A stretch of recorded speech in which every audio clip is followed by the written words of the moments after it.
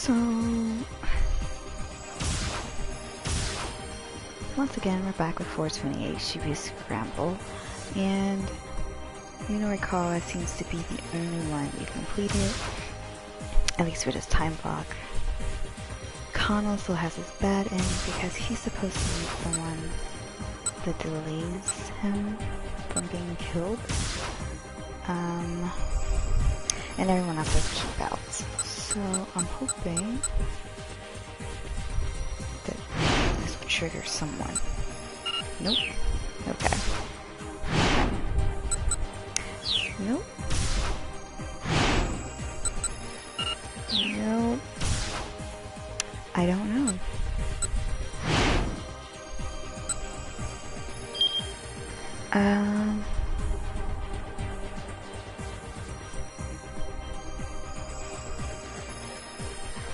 Cause a traffic jam?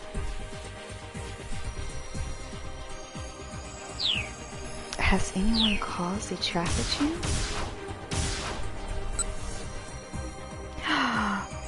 Oh!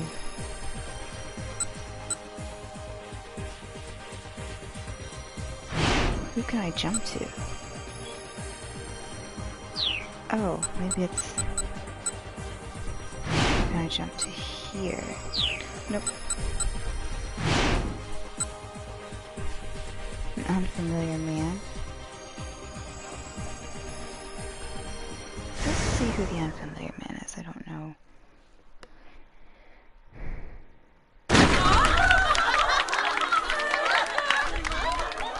Oh, he's the unfamiliar man.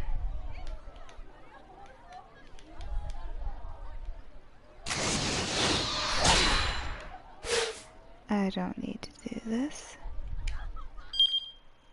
So let's go back. What if I jump to Achi here?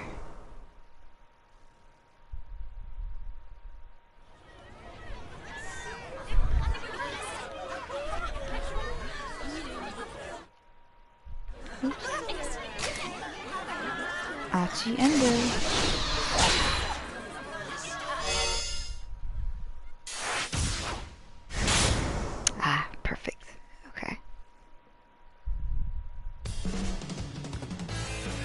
Would have had it. They soon found a crowd in their path, backs turned toward them. Excited voices rose up from the throng. Whoa, what's the deal? Is something going on? It's a street fight. A fight, as the name implies, it takes place out on the street, typically used with bare hands and no weapons. Even a barehanded fight can result in serious injuries, though, which is why they're pretty illegal.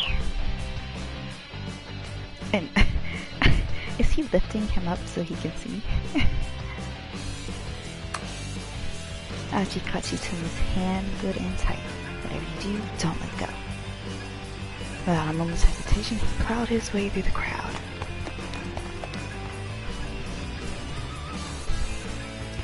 Emerging on the far side of the gathering, Achi saw the main road ahead.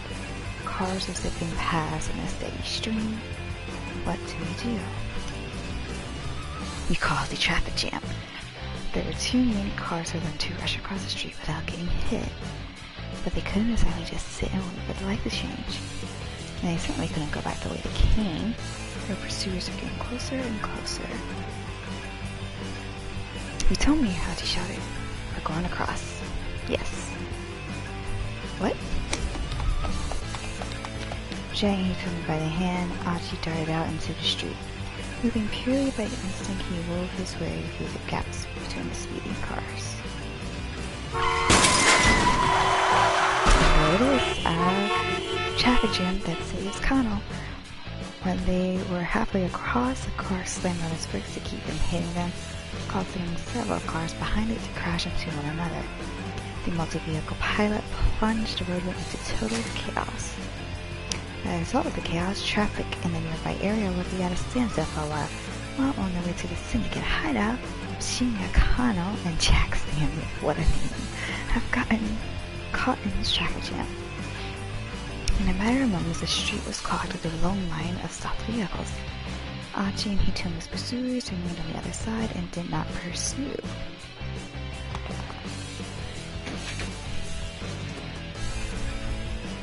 Okay, that was crazy. Yutomi panted as she caught her breath. Well, you know what they say. Hide of feet are the devil's places. No, I don't think that's quite right. Hands. It's idle hands. Whatever. At least we got in the way.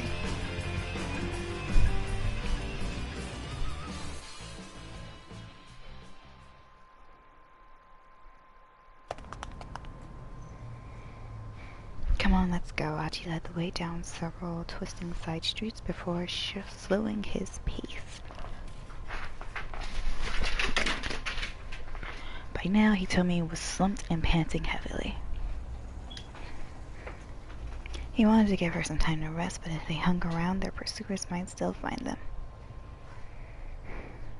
He looked around and spotted a multi-tenant building. The nearest door was open. Bundles of flyers were set out near the entrance. Flyers for all revoir. The 22nd performance by the theater troupe, The Wandering Angels. It tells the tale of a man named Rio looking back on his 100-year life as a warrior. The performance features fire action as its major set piece, with Rio and his rival Shido flying high through the air, doing battle with the magical Muramasa blade and beam saber, respectively. Achi peeked inside and saw piles of plywood and painted lumber. It looked like there was a storeroom for theater stage props and scenery. We can hide out in here, he said. But... Hitomi hesitated, but Achi gave her hand a little tug. It'll be fine. There's nobody around. They stepped inside the storeroom, and Achi quickly shut the door behind them. We should probably rest for a bit, he said. There was a wooden platform set up beside a large piece of plywood. Achi picked up a magazine that had fallen on the floor and spread it out atop the platform's dusty surface.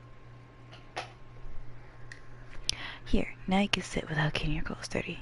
Thank you. Hitomi quietly took a seat. We should probably turn off our cell phones, Achi said. It could be really bad if they rang at the wrong moment. The two powered off their phones. Achi took a cursory look around.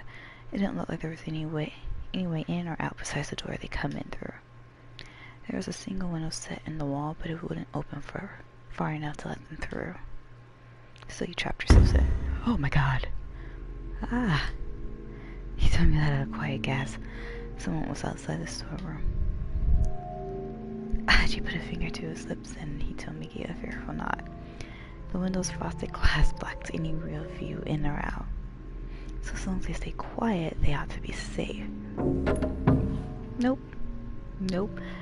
Whoever was outside pressed their face to the frosted glass, trying to get a glimpse inside. A blurry visage of the foreigner who attacked them was dimly visible. Nope, none of this is okay.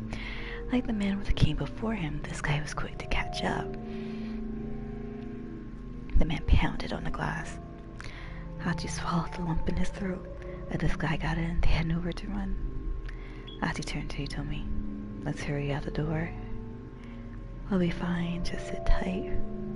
Oh man.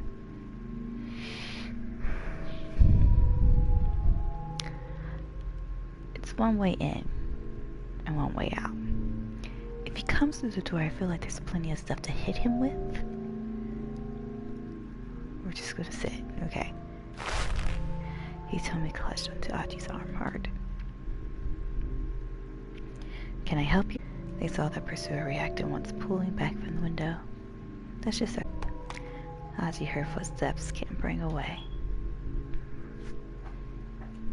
The kidnapper had run off. Ha! Achi exchanged glances with Hitomi and let out a tiny sigh. There were more voices coming from outside now. What was up with that guy? I don't know. Nah. Whatever. Let's just hurry and get stuff tidied up. Man, my throat's raw. It sounded like a conversation between two men. The storeroom opened and the men clumped their way inside. Tomonari Takaya and Taru Toga, two members of the theater troupe, The Wandering Angels. Takaya is the Wandering Angels star actor, playing the lead role of Rio in today's performance, Au Revoir, the troops to his second piece. Last night he slept completely naked and caught a cold, leading to the sore throat he has now. Toga is the stage director, handling things behind the scenes. He's very irritated that Shinichi Bando, in charge of the props, seems to have gone AWOL. Okay. So you're getting... Let's grab all those folding chairs over there. The producer said we're going to need a lot more seats all of a sudden. Mr. O'Reilly said that? Going all out for the troops' last hurrah, huh? Beats me, man. In no real hurry, the men went about carting the folding chairs away. They didn't know it was Achi, and he told me sitting silently in the shadows. Time to change the subject. But how come we're using a dry ice machine and not a smoke machine? Maybe that's why my throat's bothering me. I don't think so. Yeah, it's pretty weird. Nobody's even operating it and it's still drawing a ton of power. Think it's effective? Achi and he told me waited for the 2 men to finish up. They were spotted, it would probably cause a scene and were still and might alert the men who were hunting them. Once they carried off the rest of the folding chairs, the men closed the storeroom door.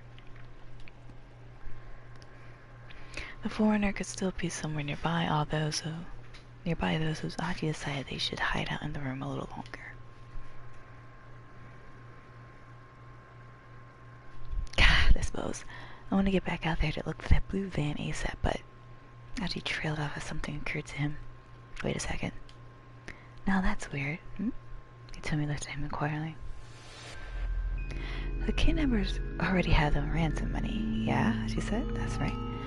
And then they told you that your sister was in some blue minivan. Isn't that kind of weird? What do you mean? Did you figure that your sister was in the minivan by herself? Well, yes, if one of the kidnappers were with her, they wouldn't need to send me to go get her. Right, as you said. And the fact that as soon as the kidnappers had their money, they could have just said, he told me sister out of the vehicle and just run off. There was no point in sending he told me to fetch her personally. A look of revelation dawned on he told me his face. Oh, that minivan had already left Dogenzaka, she said. And it came back while we were there waiting for it, Achi said. He thought back to his earlier run out in the blue vehicle. So then inside that minivan, there had been a bunch of foreigners inside. Which meant the kidnappers had been trying to ambush. He told me the kidnappers didn't have any intention to give her sister back. They won't, he told me. I think Osawa, their virus father, he put like whatever the antidote or antibodies into one of his daughters, and they probably took Maria because they thought it was Maria, but it wasn't. And so now they're trying to get Hitomi, because Hitomi probably has it in her. They told her that her sister was in the minivan to lure her to it. And that the kidnappers have been lying in wait inside. Do you think they were trying to kidnap me too? Yes, that's it. Hachi clapped his hands together. Then they let your sister go and demand a ransom for you.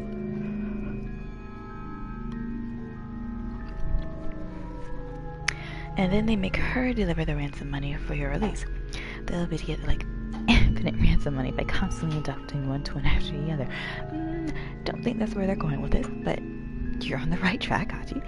That seems a little far-fetched. Oh, yeah, I guess you're right. Now that she said so, Achi realized it was kind of a ridiculous idea. So what if the kidnappers really were trying to kidnap me, he told me said. As in, like, they accidentally abducted the wrong twin, and your other twin has amnesia for some reason, and she's stuck in a cat costume. I mean, I guess that would have been easy to botch up. That would imply they wanted me specifically about my sister. They told me pause briefly and thought, maybe you're hotter than your sister or something? Achi suggested with enthusiasm. No, Achi, no. You told me, shook her head. That can't be it. If anything, it's the other way around. Compared to my sister, I'm just... Whoa, wait, stop right there. Oh my gosh. Achi has an I'm just... Oh boy. Tears had welled up in Hitomi's eyes. Why? Why did this have to happen to her? Why not me? Well, wait, come on, don't cry. I'm sorry. Cheer up. It's like that song says. Don't just stand there, wipe those tears away. That one. I don't know that song. You know what? Is that Aya Kamiki? My dad loves that song. Yeah, that song. Put your hand in mine. Every single bee's a light. Huh? You know, every single bee's a light. I don't think that's the lyric. You told me that I like you. Everything will be alright. You got the lyrics wrong. It's everything will be alright. Ah, right, yeah. I guess that makes more sense, I guess. Achi's mouth curled into a sheepish smile.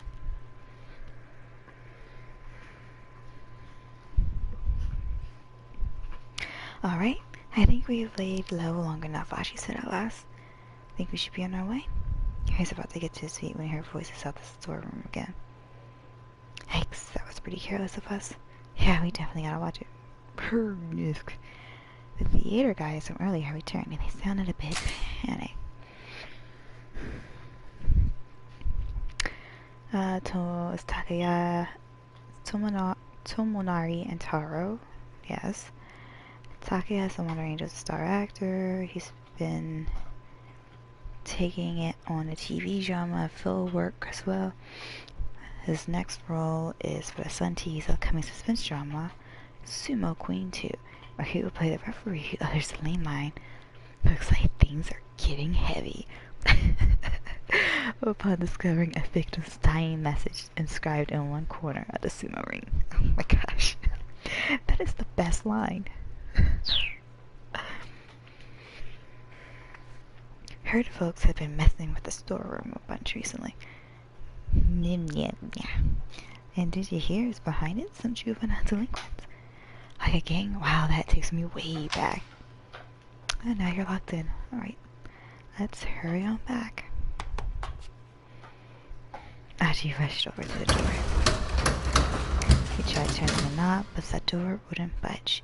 Oh, come on, are you freaking kidding me? He paced frantically around the room, pulling at his hair. We're locked in. And that door was the only way in or out. Achi and Tomi were well and truly trapped inside the storeroom. This is all my fault, Achi said. It's my idea to hide out here in the first place. He bowed to Tomi repeatedly. We're never gonna be able to find that blooming thing. Now, you guys still have cell phones that you can turn on right now. And I realize they might track you or something, but you know, tomato, tomato. Get stuck in the storeroom for the rest of your life, or, you know, turn on your phones. Guess we'll have to get someone on the outside to help us, Tomi replied. She scowled thoughtfully. They powered their phones back on in order to call for help. Good. The big question was who they could possibly ask. He told me anyone you could reach out to. Mr. Tanaka, I suppose? Tanaka. Right. The suggestion didn't exactly thrill Achi. He had no idea what this Tanaka guy was like. Hopefully he was a dependable sort who'd actually show up to rescue them. But somehow that thought made Achi feel even worse. Achi had someone he figured he could call, but he hesitated, uncertain. There had been a time when he trusted this guy more than anyone.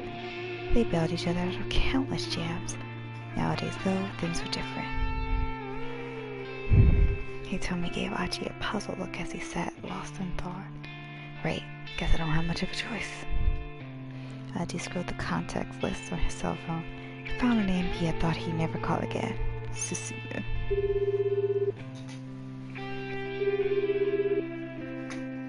He's not picking up. Oh, he did pick up. Yo, Achi, is that you? Susumu's voice was low and guarded. Look, I got a favor to ask you. I'm in a real bind here. Huh? Like, things are ridiculously bad. I thought maybe you could help me out a little bit. You seriously thought I'd help you? Susumu's words were like ice. You messing with me or something, man? You know, he sounded a touch angry as well. Painful memories flashed before Achi's eyes. Right, then. Sorry to bug you, just forget it. But Susumu hung up before Achi was even finished talking. No dice, Achi said. Do you tell me what that lopsided frown? She looked back at him, her expression a mirror of his own. How should we do? What should we do? I guess we're back to Mr. Tanaka. Guess so. You wanna go ahead then?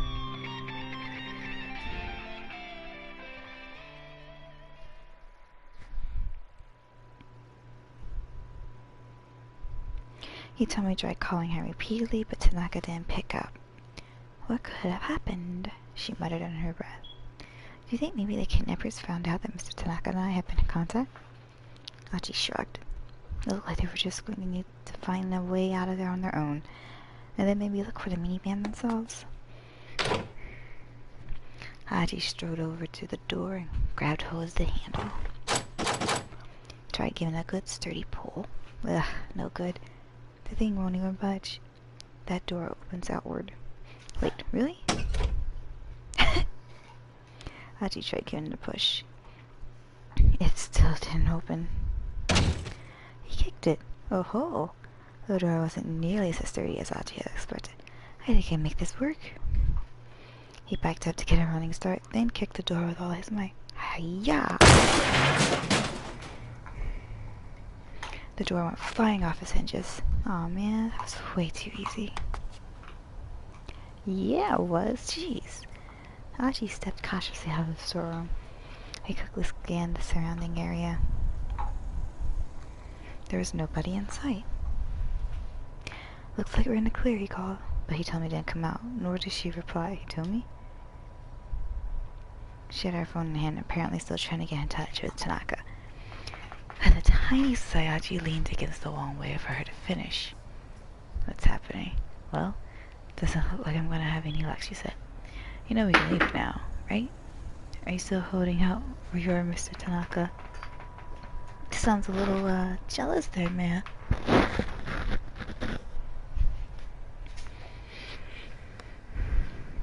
It's not that, I'm just a little worried. Oh yeah? Okie dokie then. I'll just, wait around out here. Okay, I'll be right with you. Uh-huh. Achi shuffled his way back outside. Oh my gosh. Oh crap. By the time Achi could finish processing the thought, he was already laid out on the ground. Indeed you were. His jaw hit the asphalt hard. He bit the tip of his tongue clean off. Ow. A taste of blood filled his mouth. A moment later, he took a sharp blow to the head. Oh. Okay. He was done for. All the energy drained from his body. His mind whirled. His vision grew hazy. He began to drift from consciousness. Back when he ran with Susumu and the others, he never left himself exposed to a surprise attack. There were plenty of times when he'd taken a punch that sent him reeling, only to spin away and come back swinging. This time he hadn't even seen it coming. Guess I let myself go soft. Achi grimaced inwardly, muttering in a voice no one could hear. He told me, I'm so sorry.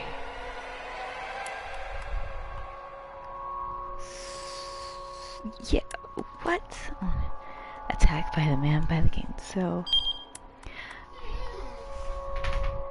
Achi successfully managed to break out of the storeroom, only to be knocked out by the man with the cane while he waited for Hitomi.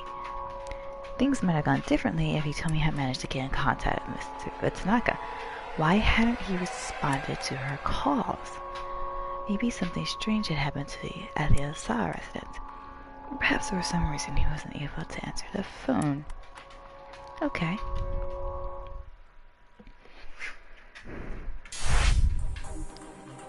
So, I know I can go to the Kano. Yeah. And then I'll go to Osawa. The car moved at a glacial pace toward the crime syndicate's hand. Stanley pounded his fist on the steering wheel in frustration. They had no sooner set out than the traffic slowed to a near standstill. Despite the occasional lurch, it never crept above a crawl. Connell stewed in the passenger seat. The case was rapidly getting out of hand. Now he had to worry about the safety of both Maria and her sister, who told me. Never mind the fact that Detective Tateno had also gone missing. Now, is the guy with the cane Detective Tateno? There were too many unknowns, too many uncertainties. His unease was growing unbearable. Also, Tateno hasn't radioed in, and we can't reach him from our end either. Kuze's words kept echoing inside Connell's head. What could have caused Tateno to drop out of contact? Someone had gone after Hitomi while Connell and the others were busy trailing the case. Could Tateno have been... No, it couldn't be. Connell was sure Tateno would have done whatever was necessary to keep Hitomi safe. Stanley broke the long silence. What's on your mind? Still thinking about the call from Kuze? Connell didn't answer. Look, if you're worrying about that other detective, the guy couldn't even protect one girl, Stanley continued. Not exactly a ringing endorsement. Don't you talk about Detective Tateno that way. I'm concerned about Hitomi Hasawa, but the missing case needs to come first. Stanley's expression remained stone cold. Connell flashed him a sidelong glare, then went back to staring out the window. A moment later, a flurry of motion on nearby alley caught his eye. With a start, he recognized Sasayama. His fellow detective was caught up in an altercation with a man in dark clothes. Connell sprang into action, his body moving almost before his mind registered the situation. Sasayama. Leaving his door open, he leapt out of the car.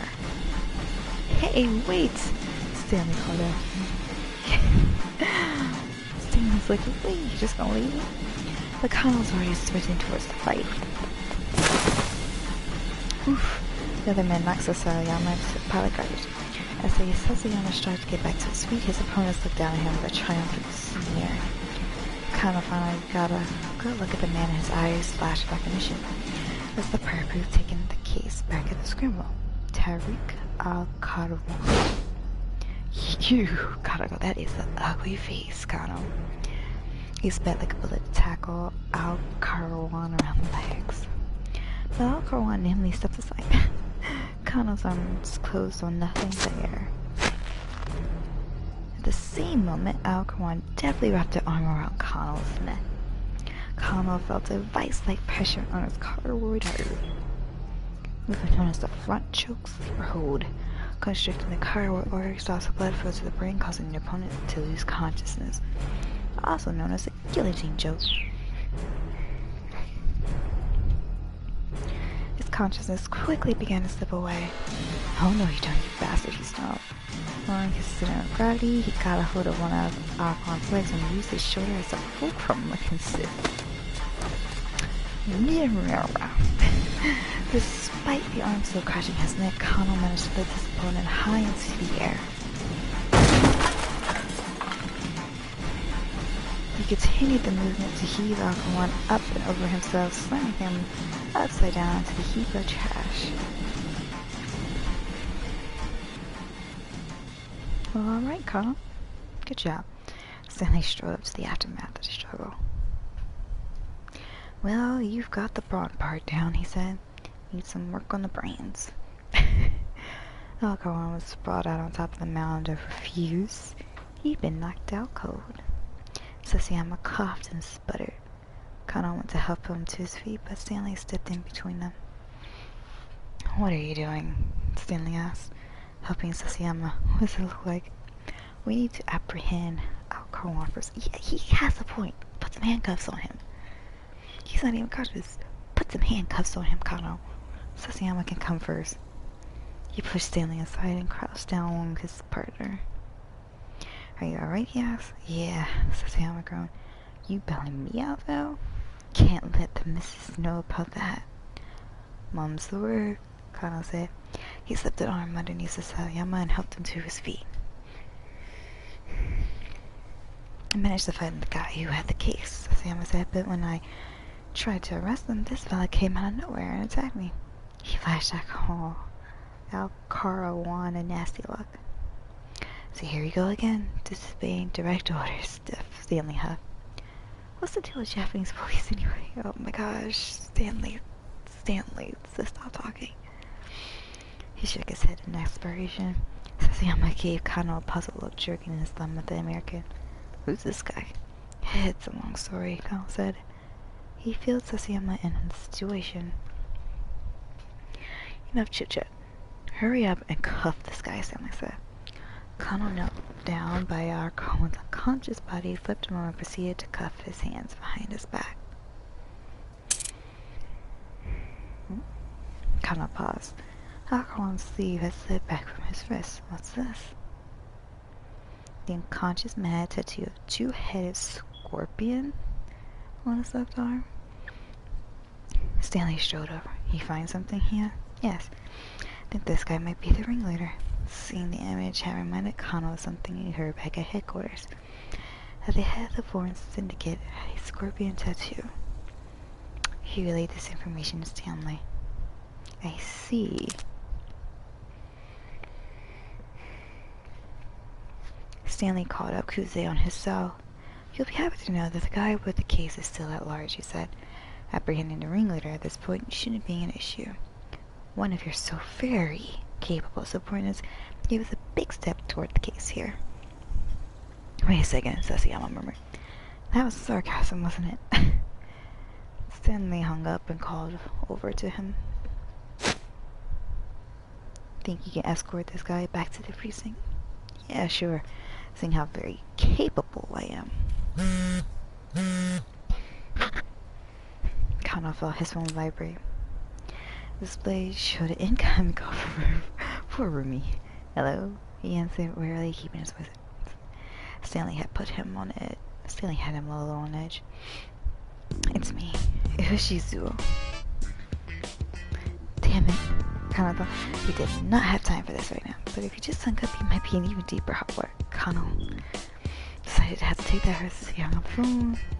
But I listened to what the old man had. Yeah, let's see. So Hello, sir. I'm afraid I'm not really at liberty to take a personal call right now. Even it is from my father-in-law. He did his best to sound apologetic. I'm not your father-in-law. Ah, yes, of course. Sorry, sir. He bowed his head reflexively, feeling like an idiot. You really don't give a damn about keeping me waiting like this, do you? Sir, I swear to you, I feel terrible. Please, Flustered, he took a deep breath and recomposed himself. I promise you, sir. I promise I'll be there. Even if you can just wait a little while. Don't make promises you can't keep. Shizuo's barking rebuke made Kano break out into a sweat. You think I'm gonna let you off the hook just because you're working a case? This is exactly what I want my daughter with some detective. Great.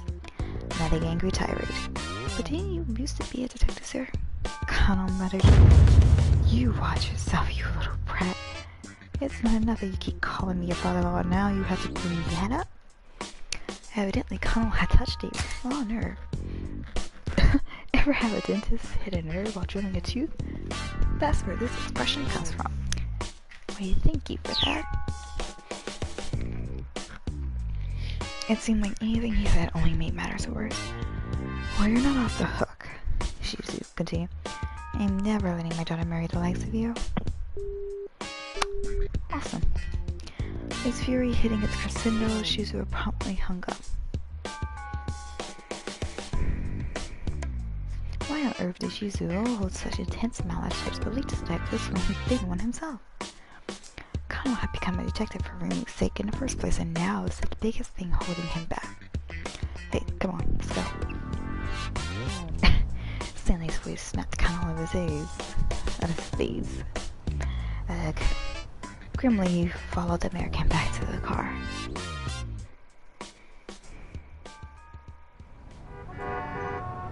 And back in traffic. Yet again, Stanley was thumping the steering wheel in frustration. Traffic hadn't let up one bit. It was starting to look like they might never make it to the foreign syndicate site. No.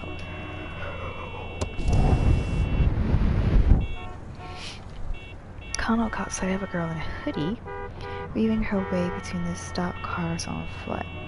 He rolled down the window, called out to her. Miku Morita was a fighter at the cosplay fighting pub, Brian, but decided to retire after losing to Tama, the cat, in a street fight. She's thinking about what to do with herself now. Excuse me, miss, did something happen? Huh? What do you mean? What do I mean? What's with all the traffic? Oh, right. Apparently there was some big accident on Proposed train station. That's probably what's causing it. Really? Yeah, I don't think you guys are going to be going anywhere for quite a while. She smiled and went on her way. Stanley gave the steering wheel another punch. Well, I guess they did say this wasn't just some typical ransom case, he muttered. Colin saw an opportunity. If they're not after the money, then what are they after? Stanley kept his eyes forward, acting as if he hadn't heard. Look, Colin said, I can't help you if you keep me out of the loop. After a few moments of thought, Stanley replied with a single monosyllable. Drugs. What? Maria's father, Kenji Osawa. Okay, yes. I assume you're aware he works for Okoshi Pharmaceutical. I am. Nothing's been made public yet, but Osawa recently oversaw the development of a new drug. It's not all uncommon for a new drug to be in development for 15 years or more, with expenses totaling 20 to 30 billion yen, which is 200 to 300 million. Before approved, worldwide demand and sensational profits can be expected if a groundbreaking medicine is developed. Nonetheless, pharmaceutical companies are often under major pressure due to the tremendous cost of labor and equipment. And someone is trying to get their hands on it. Yes. Kano's mind latched onto this new information, trying to assemble the pieces of an evolving puzzle. Yes, see, I said it. Osawa put something in one of his daughters, and they grabbed the wrong twin, but it's really he told me that has it in her. Someone who, an international criminal mastermind. This foreign syndicate's merely a tool in someone else's game. Kano regarded Stanley's face carefully. He looked more cold and serious than ever. So wait, does that mean the real reason we're letting the syndicate walk around unfettered is on my orders? Yes. I see. So the only thing you're really concerned with is catching the international mastermind. Precisely. Kano felt he was starting to get a picture of what sort of person Stanley was. So you really don't care about what happens to a girl who's been abducted, do you? Not particularly, no. Why, do you have a problem with that? Kano clenched his fist, his hands shaking with anger. Oh gosh. Here we go, number 8. Dictum number 8. When you really want to punch something, you really probably shouldn't. Kano recited the words inwardly like some sort of desperate mantra. If he didn't manage to calm himself down, he would slap a slam his fist right into Stanley's face. And I think Stanley could take you in a fight, Kano. Don't do it. Outside the car, the traffic remained at a standstill. Kano chafed against the feeling of utter futility. One after another, his uncertainties came to nag at him. Was Maria still alive? What had happened to Tomi and Tatano, her bodyguard? And now on top of all this, it struck Kano as rather careless to send Sasayama away with, yes, I'll car one without any backup. Now that Jack had alerted him to the presence of a dangerous international mastermind still on the loose. Fighting back his fit of pique, Kano got out his cell phone. To do something impulsively out of irritation, resentment, or the like, similar to doing something in a huff. Dialed up Sasayama. He wanted to make sure his partner had gotten alcohol and bed pregnancy. He dialed Detective Kajiwara, who was stationed at the Osawa residence. He had a little more information about the family's 2 daughters, but he said something as, ooh, both of these are really, really good. For first one here, this was a stupid mistake anyways. Because I don't think he's gonna go quietly, regardless. But B, he probably, he's with Osawa, let's try B.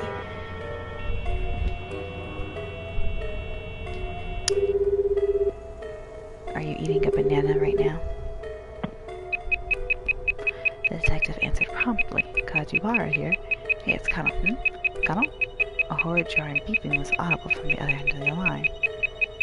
What's that noise, Kano? Sorry, hold on. I can't really hear you. Okay, go on. It sounded like Kajiwara had moved away from the source of the noise, though Kano could still hear it faintly in the background. Explaining he was looking for more info, no Sawaka's. Honestly, Detective Kano, I thought you were more mature than this. Kajiwara said disappearing. Oh my gosh. Kajiwara. Come again? Kano said he would.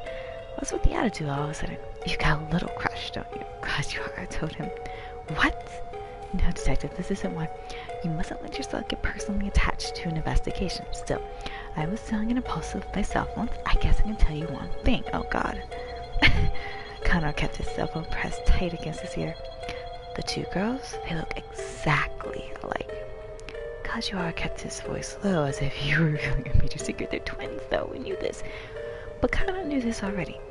Everyone assigned to the investigation had been informed that the girls were twins at the previous night's briefing.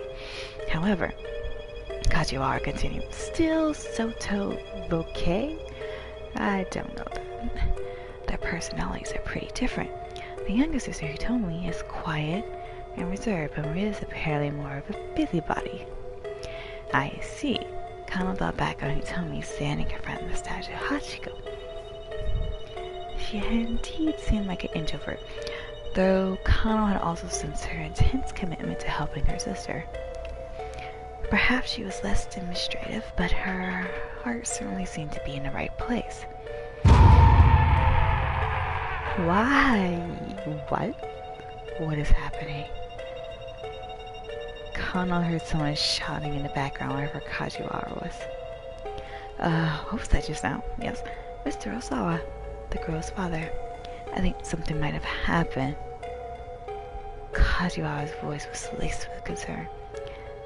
I should go see what this is all about. Yeah, probably. But Kano, tell me, yes, which one is it? Which one do you have a crush on? Kano hung up. Bad things are happening with Osawa right now, huh? At long last, the traffic began to move again. Almost as soon as it did, however, Stanley had his slam on the brakes. A frantic-looking man had jumped out in front of the car. Whoa, hey, what the hell are you doing? Kano sputtered. The stranger plastered his face against the passenger side window. Oh my gosh, open up! He shouted, open the door! The guy showed every sign of total panic. Shunichi Yanagashita. Something happened just after he parted ways with Minorikawa, and now he's running this way, and in quite a panic at that. I shouldn't have to jump to him because he is finished. Don't do it. Kano hesitated. It wasn't like they could just drive off with this fellow clinging to the car. Please, you gotta help me. The man slipped his fingers through the gap in the window, trying to force it further to open. Help me. Whoa, hold on. What's your deal? Help me. Sir, just tell me what. Help me. Look, up ahead, Stanley exclaimed suddenly. And he got away. Kano put his head around. There, walking along the sidewalk was Al Kawan, very much not and dusty. What the hell? Kano tried to jump out of the car, but the frantic stranger had gotten his upper body wedged in the window, and the door wouldn't open. Stanley, his usual steely expression replaced with a look of a shot, exited on the driver's side and went after Al Kawan himself. Kano shouted at the man in the window, "Get out of the way, Stanley, wait, alright, get in. Hurry up and get in." The guy was that desperate to get inside, Kano wasn't about to stop him. Besides, he needed to get the guy to calm down and let go of his arm. Ow, the man yelled, "Let go, let go." He was the one holding on. Why was he demanding to be let go? What the hell is going on? Just as Kano's thoughts was forming, the crazed stranger was yanked back out of the car, dragging Kano with him. Oh. A pair of rough-looking men had grabbed him by his lower body. "No, no," he screamed. "I can't do 80 days hard labor." Somehow he was still managing to cling to the door. "Just give it up and let go already," snarled one of the assailants. The pair shifted their grip and pulled even harder. Connell heard the sound of tearing fabric as the two toughs tumbled backwards.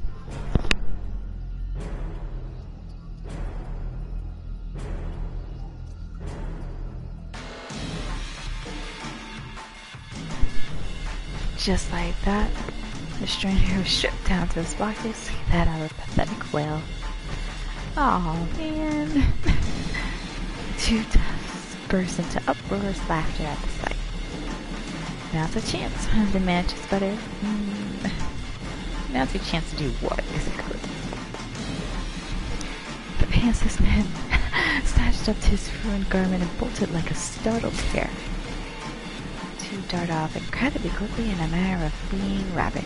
Yeah, I guess she was a lot more like a rat than a rabbit, though. Still cackling madly, his two pursuers rushed after him. Connell was still staring dumbstruck at the spectacle when Stanley returned to the car.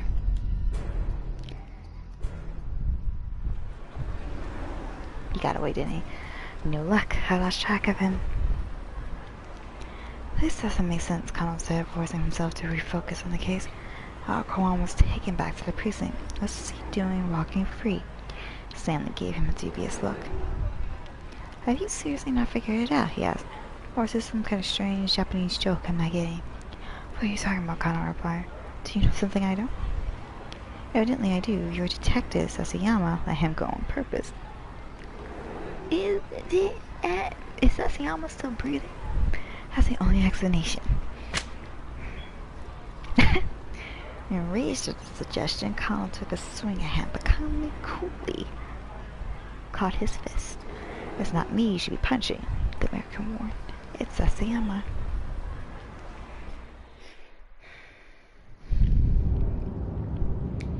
Connell radioed Kuze on the wireless. Sir, Sasayama was supposed to bring Tavrika Kawan to headquarters. What's going on? It would appear that, Detective Tatano has gone rogue. Kuze replied with chagrin. Wait, what? Connell was sure he misheard. What did Tatano have to do with any of this? We received an eyewitness account, someone who saw him allowing the suspect to go free. Oh! Tip the police got from Minorikawa when they requested the knick-knack shop or Taisei in the wake of their interview about the surveillance cameras. In the related account, Minorikawa described a man who appeared to be a detective speaking to a foreigner in handcuffs behind the precinct before the detective then uncuffed the man and let him go free. So somewhere along the way, Sasayama encountered the missing Tateno and just handed over the suspect? He says he handed, Al Kawan over to Tateno. Where's Detective Tateno right now? We don't know that, he said. Or just what the hell is going on? Look, I don't have time to talk now. He cut the line. Stanley let out a chuckle. I see. Looks like you had a traitor in your midst. Connell grabbed him by the collar. Stanley snorted. What are you trying to pull here? Tell me what you know, Connell said. All I did was state facts. Look, I watched that man risk his life to talk down a would-be arsonist. He's a dyed-in-the-wool detective. He never betrayed anybody. I see, Stanley murmured. Then he's the real deal. Connell stared in surprise. He expected an argument. Good, he said. I'm glad we're on the same page. Tateno risked his life in order to get people to trust him. He's a dyed-in-the-wool spy, is what he is. Connell didn't have the words. He clenched his fist. His clenched fist trembling once more. He fumbled for his cell phone again.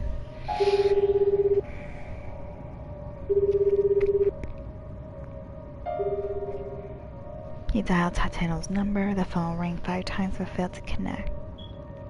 There has to be a reason for this, Connell muttered. Tateno must know something we don't. Really now? Stanley scoffed. And what makes you so sure of that? Because Detective Tateno was sure this kidnapping wasn't about the ransom.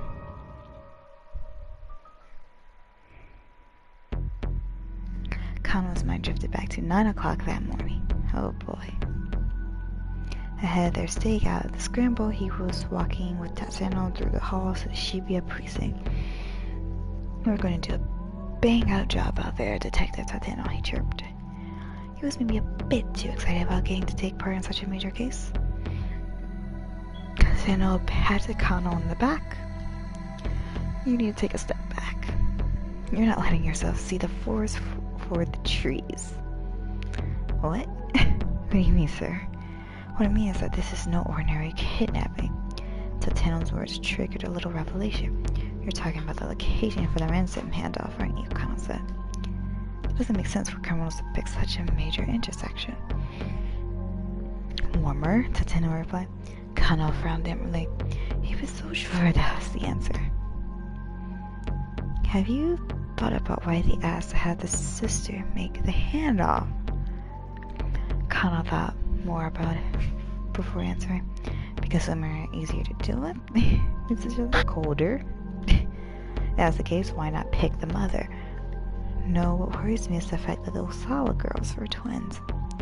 They're having us send someone to the handoff who looks identical to the girl they kidnapped, because not only are whatever drug or antibodies are in one of the girls, but I think they either lost Maria or they've set Maria free, but she has that amnesia and she's currently in the cat suit, so they can't find her, so they might need another person to kidnap so they can keep up with this ransom to get to their father." "Oh, so you know what? They might not have the drug in them at all. They just might need a girl so they can keep up the ransom to the father." "Yeah, okay. That's going to happen when we do that." "What is going to happen, sir?" "I'm not sure yet. I have a feeling the kidnapper's plan hinges on it." The two exited the precinct's main entrance. Up ahead, rows of buildings stood tall against the backdrop of bright blue sky. Tateno let out a quiet sigh. To think that so many terrible things are happening out there on such a beautiful day. "Solve one case, another's waiting," he went on, as always. What is about people that drives them to do such horrible things? A girl abducted out of pure greed. And I think her parents must feel they almost can't bear it. They made their way toward the Scramble. Tateno continued talking in a quiet voice. "My father was a raging alcoholic. The house was always a complete mess. He was loud, violent, never had any money, always reeked of booze. My mother, she would cry and cry. I was afraid to come home. Every day I stayed out playing as late as I could possibly manage." Kano could hear the pain in Tateno's voice.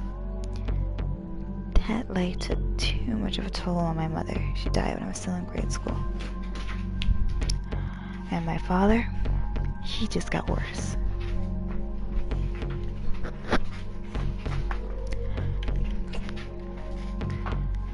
"I was there with him at the end, after he wasted away to almost nothing. Not the sort of childhood I ever wish on anybody." "It sounds like you really went through a lot." Kano hated himself for uttering such an empty platitude, but he had no idea what else to say. "Kano, as old as I am, I don't really know what it is to be happy. I think that's probably because I've never known what it's like to have a happy family." Tateno sounded so forlorn. "The only bit of happiness I know how to protect is other people's happiness." Kano heard in those words the soul of a true detective.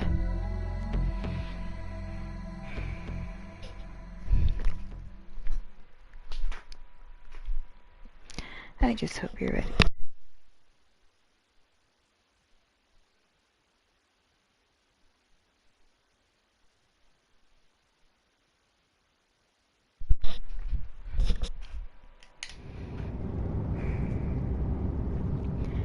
Kano did his best to keep his voice as calm and level as he could, lifting up his clenched fist. "Because if I find proof that Tateno is innocent, I'm planting this right into your jaw." Stanley just cracked a wry smile. The traffic had finally diminished, and they rapidly drew close to their destination. The syndicate's hangout was in Tomigaya, to the southwest of Yoyogi Park. Finally, the ratty building looked like it might come crashing down any minute. The Black Lodge sign out front looked deliberately ominous. Kano knew the place as a bar frequented by expats from various countries, as well as a hotbed of criminal activity.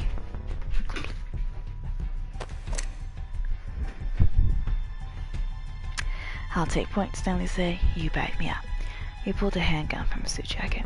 It was a compact Glock, a model frequently used by the FBI or CIA. Kano drew his own gun, and the two cautiously made their way inside. At the end of the hallway was a wooden door. Stanley signaled with his eyes. Kano gave a tiny nod, and Stanley kicked the door in. A stench of blood hit them as soon as they stepped inside. Kano let out a startled gasp. There were nearly a dozen bodies sprawled out across the floor. He recognized them all. They were men who participated in repeated case handoffs. Each appeared to have been stabbed to death. So, the person who did this, did he just go one by one? Because I feel like if he attacked them all at once with a knife, they could have overpowered him. But, you know, Stanley took a closer look. The blood's not fully dry. These guys weren't killed that long ago. Connor quickly scanned the bar high and low, but there's no sign of a killer in hiding. There was no trace of Maria either. One of the fallen men let out a faint, strained groan. "Hey," Connor called out. "Stay with us." He hunched down beside the wounded man. "Eric." A brief gurgle rose in the man's throat. He was clearly struggling to say something, but his voice was too garbled, too indistinct for Kano to make out any coherent words. Kanan. What was that? But there was no more. The tiny man went limp and still.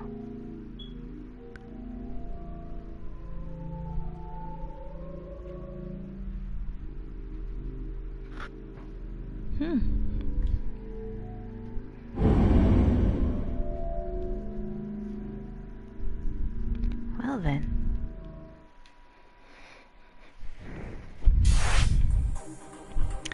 Well, Kano and Morikawa are finished with his time block. Oh. I think he continued with Sawa. And what was this? Oh yeah, Osawa is next. So I'll save that for next time.